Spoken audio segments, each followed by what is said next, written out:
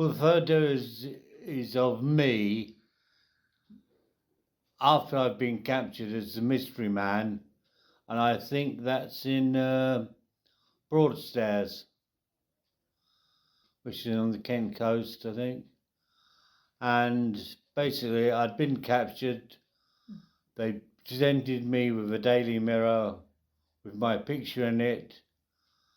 They had the catchphrase of the day, which was printed in the paper, said to me, whichever catchphrase it was, make my day the chalky way, or to my delight it's chalky white, something like that.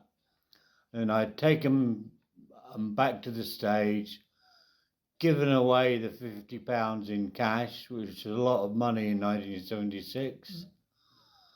And that's me. This picture is of me signing autographs for the crowd that had gathered round to see the presentation and the money. And how old were you here? I would be 21. Yeah. So were you still at university? Yeah, I was at university. Yeah. And what were you studying? Psychology. Okay.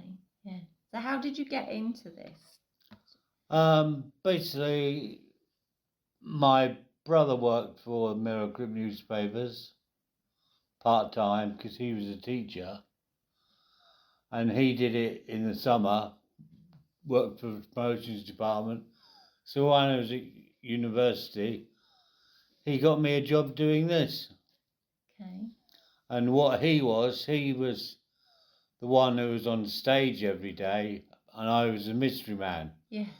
But alternatively, we had to swap, because if you go somewhere like Torquay and Paynton the next day, all the people would drive up from Torquay to Paynton expecting to catch the mystery man, and they'd get really annoyed to see me on stage. And it was my brother snooping around in disguise. Yeah. So was your brother older or younger? Older. Older, yeah, yeah. And how much did you get paid to do it? I think it's something like £75 a day. Right, so quite a lot for a student. Oh, it was a hell of a lot. You wouldn't remember, you're far too young, but my grant for the whole term was something like £300. Right. That's for a 10-week term. Wow. So yeah, in 4 days. And I was getting that in 4 days, and I worked for 6 weeks. Wow. So I was folding, as we used to say. What's that mean? Folding, yeah. cash. Oh, right, yeah. Holding cash, yeah. So, did you have to dress up as Chalky White? It depends on the weather and where we were. If you had good places, like with good beaches, like Broadstairs, like Weymouth, etc., didn't need to dress up. The best thing to do was go along from where the stage was, get in the sea. Oh, really? And swim up. And then get out of the sea and just lay in the sand. Yeah. So they were just looking for your face then? There was no other clue to them to know? No. They had to have the paper. They had to have the paper, and they had to have it open at the picture of my face, which was disguised. It was juggled. Oh. Otherwise it would have been too easy. And then they were encouraged to go around, all these kids, that's why you probably wouldn't get away with it now, had to go around asking strange men if they were Chalky White. Wow. So it's an interesting concept, isn't it? But I'd imagine it was really interesting for you. It was good. It was a simple format, and it worked then. It wouldn't work now because everyone has mobile phones. Yeah. But then, like I say, if we did Lowestoft and Yarmouth, again, we'd swap from Yarmouth to Lowestoft. Yeah. Because it's so close to each other. Knew what they were looking for. So if my brother was Mystery Man at Yarmouth, I'd be the mystery man at Lowestoft. Yeah. And I guess it was money for the paper then, because they had to buy a newspaper in order to get the £50. Newspapers were bought into the town especially, and the success of the promotion was measured on how many extra quire of papers, a quire being 25 newspapers, were sold in that resort that day, right, or the surrounding area. Wow. And it could make a great difference. Yeah, yeah. And did you do any other characters apart from Chalky White? Yes, I was Mr. Rev of the Rivali, which is the same thing as Chalky White, but that was done on a Sunday. Right. Whereas the Mirror was Monday to Friday. Oh, okay. And I was the Sunday People Pirate. Yeah. After the Rivali finished and the Sunday People started, and that was done on a Sunday and Saturday and Sunday, where I dressed as a pirate, and the stage was like a sea chest. I had two girls dressed as principal girls, and a sound engineer and stuff, and I had like 8-hour day of unscripted just gags. Wow, it's a lot to film. Yeah, but you got used to change to the audience. You soon gauged who they were, and you had your standard games, balloon games, and chucking out sticks of rock and stuff like that. But the pirate thing was basically hide and seek. There's a scoreboard, and on each board there was a wooden money bag that had been hidden around the town, collected, it all numbered, and each one was worth £25 apart from the golden bag, which is worth £100. Right. And obviously we couldn't hide them all in the morning, so they'd all be found by 10 o'clock. Yeah. So it wasn't a con, they were actually hidden. It was my sound engineer who would nip off for a walk or a ciggy. Yeah. And he'd go and hide another bag. And so 10 minutes later, oh, that'd be found. And then he'd go and buy another. And funnily enough, the last bag found every day was the golden bag. Funnily enough, yeah. Yeah. So the big climax at the end of the day for the £100 in fivers, counted out 5, 10, 50. Yeah. That was good. It was simple but good fun. Yeah, excellent. Oh, it sounds so interesting. Did you enjoy it? Was it a good time? Yeah. Because another thing I did was I was Big Jim the Bouncing Beer Belly. That was for a stage show with Dr. Fun. Yeah. Who was my brother.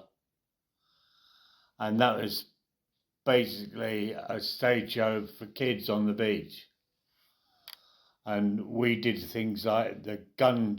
A lot of it was copied by Tiswas, because we did the guns game. And the guns game was we'd get, like PE style hula hoops. All these kids on the beach in the sand, they all had to stand inside a hoop, and they had a bucket and a spade, but the bucket was filled with guns, which was a vegetable dye and a mixture of not toothpaste, wallpaper paste and jelly and stuff. Yeah. And the idea is the one who got the most guns on him lost. And the one with least guns, but they weren't allowed to come out of their circles. No. Oh, wow. So there was a bit of cheating going on, because you get a little cute one who wanted to play it. So for some reason, Dr. Fun would pick her up and carry her over to a big kid. And she was allowed to pour her guns on his head. Oh. So So did you go on to do anything else in acting or anything like that? I did work in theatre in things like I was theatre manager for the York Mystery Plays in, I think it was 86 or something like that, which was a big event. I mean, the budget for that was about 1.5 million. Wow. Wow. I did that, and I worked doing other things in that sphere, but it's a very it's not a reliable job as such, and I did do it for a long time. I mean, I worked as Skegness camps and stuff, and I even did a couple of gigs for a country and western society where I was chalky white, but I was done as a bandit. Oh yeah. And they had to catch me, and I had to wander around these sort of guys, and everyone wore guns and Stetsons and hats, and I was like walking around with them. Oh. So this gave you the taste for it then? Yeah. Yeah. And I did it until I was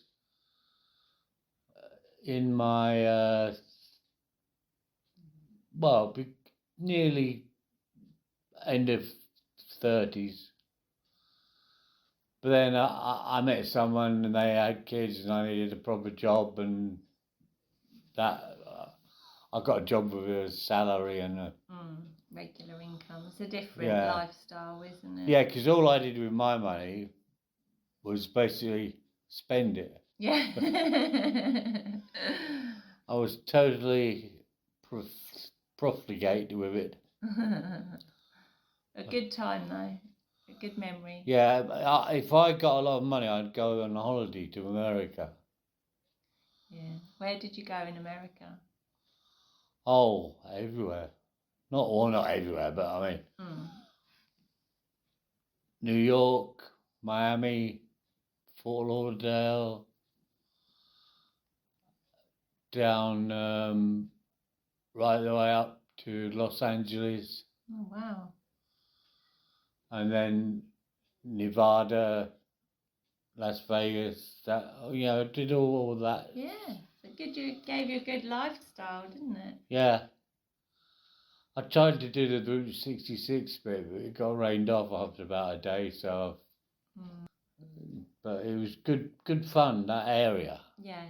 It's total change, especially 40 odd years ago when it was even more secular from the rest of the world than it is now.